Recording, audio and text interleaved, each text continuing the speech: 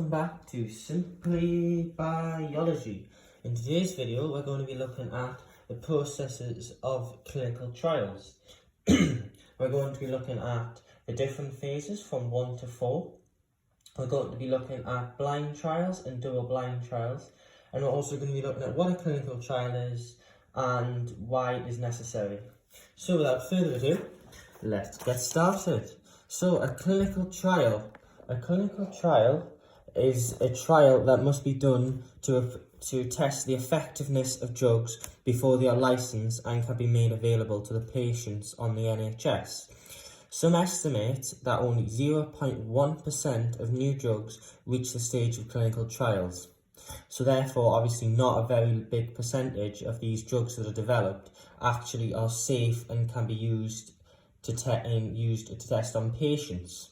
So before the test can go ahead, what needs to happen is an information leaflet needs to be developed which outlines the following things. So the research question being asked, who can take part in the trials and who cannot, the treatment available, and the benefits and risks of conducting the research, along with the funding, who is funding the research project. So all these things must be taken into account before a decision can be made by a governing body known in the UK as the Medical and Healthcare Products Regulatory Agency.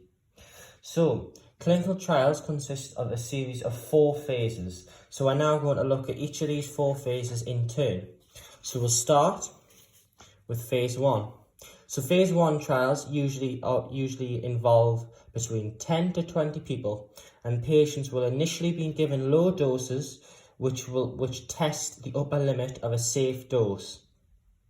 So what happens is they're progressively given higher and higher doses until the upper limit of a safe dose for the general population is established. And obviously phase 1 involves the smallest number of participants, between 10 to 20 people.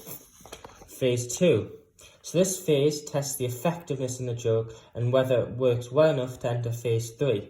So in phase 2, usually you have what's known as a placebo drug is used, which is an identical tablet, pill or injection that looks like the actual recipient drug. Obviously it has no effect on the patient, no, but it looks like it. So therefore the patient is unaware of whether they're getting the placebo or whether they're getting the real drug. So 50% of people will receive the drug and 50% of people will receive the placebo. And this phase approximately contains 200 participants, so about 10 times more than phase 1. Now in phase 3, we use more participants again, usually thousands, and why this is important is a larger sample size is used to gather statistically significant data. So this phase compares the drug or the treatment against current treatments available. So obviously we need a large sample size, statistically significant data to determine the effectiveness of this drug against the existing treatments available. So obviously this phase is usually tested on patients who are actually suffering from the disease or the condition being treated with this new drug, so therefore it's unethical to give them placebo. So placebo is not given in phase 3, and the trials are usually randomised. So finally we enter what's known as phase 4, where the drug can be licensed and prescribed by doctors, and this enables long-term consequences to be analysed. So that was phases 1 to 4 in the development of drugs and clinical trials. We're now going to look at the role of blind trials and double-blind trials. So a blind trial, you may already know, is where the participant does not know whether they received the placebo or the real drug. And this is important because it prevents the patient's psychological development or psychological intuition from perhaps pretending that they have felt improvement in their condition when they haven't.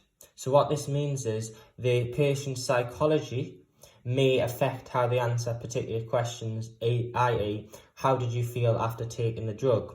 Because they've taken the drug, They may have felt better, although the drug they received was the placebo. So sometimes just taking a drug, even if it's the placebo, can make someone think they feel better. So therefore, what happens is a placebo is given as well as the real drug to ensure that the patient does not know which drug they're taking. And finally, a double-blind trial is when neither the patient nor the psychologist or the scientist conducting the research knows whether the patient is receiving either the placebo or the real drug. This is to prevent the psychologist or the scientist from affecting how the patients answer questions about how they felt after taking the drug.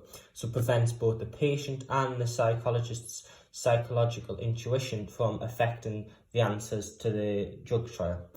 So, thank you for listening to this video, and I hope you now understand the concept of clinical trials, the phases 1 to 4, and you now understand about blind trials and double-blind trials. Thank you, and goodbye.